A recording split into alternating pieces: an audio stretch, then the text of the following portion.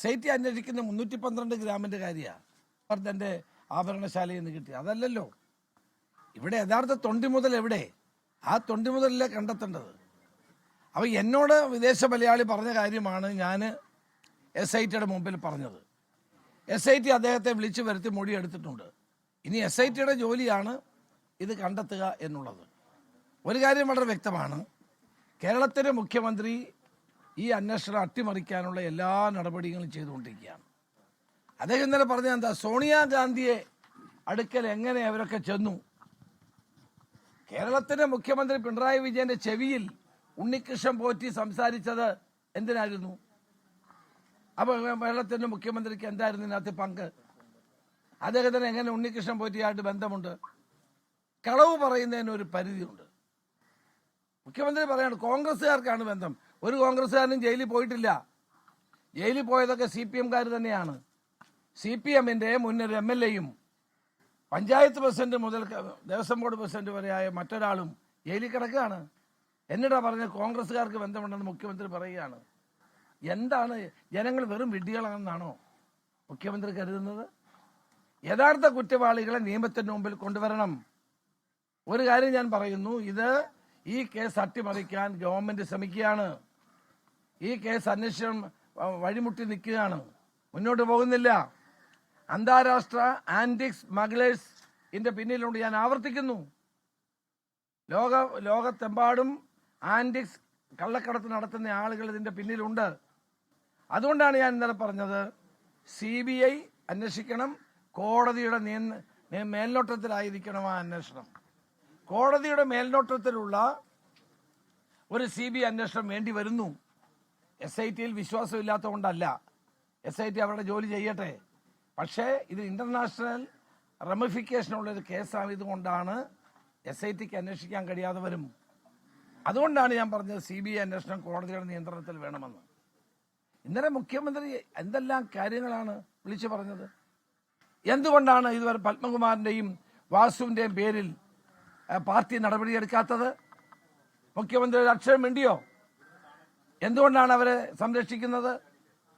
ജയിലിൽ കിടക്കുന്ന വാസുവിനെയും പത്മകുമാറിനെയും സംരക്ഷിക്കുക എന്നുള്ളതിൻ്റെ അർത്ഥം അവർക്ക് എന്തെല്ലാം മറച്ചു വെക്കാനുണ്ടെന്നുള്ളതാണ്. കാരണം ഇവരുടെ പേര് പാർട്ടി നടപടിയെടുത്താൽ കൂടുതൽ ഉന്നതന്മാരുടെ പേര് വരെ വിളിച്ചു പറയും. ആ ഭയമാണ് മുഖ്യമന്ത്രിക്ക്. അല്ലായിരുന്നെങ്കിൽ അവരെ എന്ന് പുറത്താക്കേണ്ടതായിരുന്നു. എന്തുകൊണ്ട് പുറത്താക്കുന്നില്ല? ഗോവിന്ദ മാഷ് എന്തുകൊണ്ട് അവരെ പുറത്താക്കുന്നില്ല?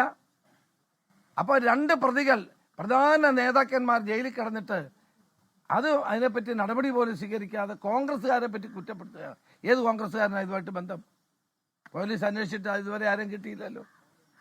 അപ്പം ഇതിൽ യഥാർത്ഥത്തിലുള്ള ബന്ധം CPMനും ഗവൺമെന്റിനും ഉള്ള ഉന്നത വ്യക്തികൾക്കുമാണ്. അവരെ കണ്ടെത്താൻ ശ്രമിക്കണം. അതുപോലെ തന്നെ ഇതിന്റെ അന്താരാഷ്ട്ര ബന്ധങ്ങൾ അന്വേഷിക്കണം.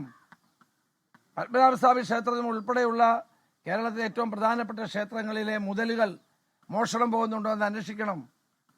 ഞാൻ നിങ്ങളെ ശ്രദ്ധിച്ചിട്ടുണ്ടോ? ഞാൻ 2 തവണ ഒരു കാര്യം പറഞ്ഞു, മാധ്യമങ്ങളോട് പറഞ്ഞതാണ്. കേരളത്തിൽ വാസു പ്രസിഡന്റ് ആയിരിക്കുന്ന കാലത്താണ് കേരളത്തിലെ ക്ഷേത്രങ്ങളിലെ പുരാവസ്തുക്കൾ മുഴുവൻ ലേലം ചെയ്യാൻ തീരുമാനിച്ചു. വിളക്കുകൾ, വാർപ്പുകൾ, കിണ്ടികൾ, മൊന്ത, പുരാതനങ്ങളായിട്ടുള്ള ഈ വസ്തുക്കളൊക്കെ ലേലം ചെയ്യാൻ തീരുമാനിച്ചു. അന്ന് അതിനെ ഏറ്റവും ശക്തമായി ഞാൻ പ്രതിപക്ഷ നേതാവെന്നുള്ളതിൽ ഈ സഭയ്ക്കകത്തും പുറത്തും എതിർത്തു. അന്ന് ഞാൻ എതിർത്തില്ലായിരുന്നെങ്കിൽ ഇത് മുഴുവൻ അടിച്ചു പോയേനെയും. എൻ്റെ എതിർപ്പിനെ തുടർന്ന് അത് വേണ്ടെന്ന് വെച്ചു. അതും ഇതും കൂടെ ഞാൻ ലിങ്ക് ചെയ്യുകയാണ്. അന്ന് തുടങ്ങിയതാണ് ഇവരുടെ കണ്ണ് ഈ സാധനങ്ങളിൽ, ഈ പുരാവസ്തു സാധനങ്ങൾ, ക്ഷേത്രങ്ങളിലുള്ള പുരാവസ്തുക്കൾ അടിച്ചു മാറ്റാൻ ഉള്ള ശ്രമം വാസു പ്രസിഡന്റ് ആയിരിക്കുന്ന കാലത്ത് കടകംപള്ളി ദേവസ്വം ബോർഡ് മന്ത്രിയായിരുന്ന കാലം മുതൽ ആരംഭിച്ചതാണ്. അതിൻ്റെ തുടർച്ചയാണിതെല്ലാം. അതിനെ നിസ്സാരമായിട്ട് കാണരുത്. ഇതിൽ വൻ മാഫിയകൾ ഇതിൻ്റെ പുറകിലുണ്ട്. അവരെ സംരക്ഷിക്കാൻ വേണ്ടിയാണ് ഇന്നലെ മുഖ്യമന്ത്രിയുടെ പത്രസമ്മേളനത്തിൽ ഒട്ടാകെ ശ്രമിച്ചത്. പിന്നെ ഒരു കാര്യം ഞങ്ങൾക്ക് പറയാം, ഇത് ശരിയായി അന്വേഷിച്ചാൽ എത്താൻ പോകുന്നത് എവിടെയാണെന്ന് മാധ്യമങ്ങൾക്ക് കണ്ടെത്താൻ കഴിയുന്ന ഒരു കാര്യമാണ്. നിങ്ങൾ കണ്ടെത്തണം എന്നാണ് എൻ്റെ അഭിപ്രായം. നിങ്ങൾക്ക് അതിന് കഴിവുള്ള ആളുകൾ തന്നെയാണ്. ഇതിന് മുഖ്യമന്ത്രി ഇന്നലെ പറയുന്ന കാര്യം, ഈ CPM നേതാക്കളുടെ ബന്ധത്തെക്കുറിച്ചുള്ള നിങ്ങളുടെ ആരോപണം അവിടെ നിൽക്കുമ്പോൾ തന്നെ സോണിയാഗാന്ധിയുടെ അടുത്തേക്ക് ഇത്ര സ്വാതന്ത്ര്യത്തോടു കൂടി എത്തണമെങ്കിൽ അങ്ങനെ ഒരു ബന്ധം ഉണ്ടാകുമല്ലോ എന്നതാണ് മുഖ്യമന്ത്രിയുടെ ചോദ്യം. അങ്ങനെയാണ് പിണറായി വിജയൻ എന്ന കേരളത്തിന്റെ മുഖ്യമന്ത്രിയുടെ ചെവിയിൽ ഉണ്ണികൃഷ്ണൻ പോറ്റി വന്ന് മന്ത്രിച്ചത് അദ്ദേഹത്തിന് ഇതുമായി ബന്ധമുള്ളത് കൊണ്ടാണോ? പറയട്ടെ, ഞങ്ങളാരും പറഞ്ഞില്ലല്ലോ.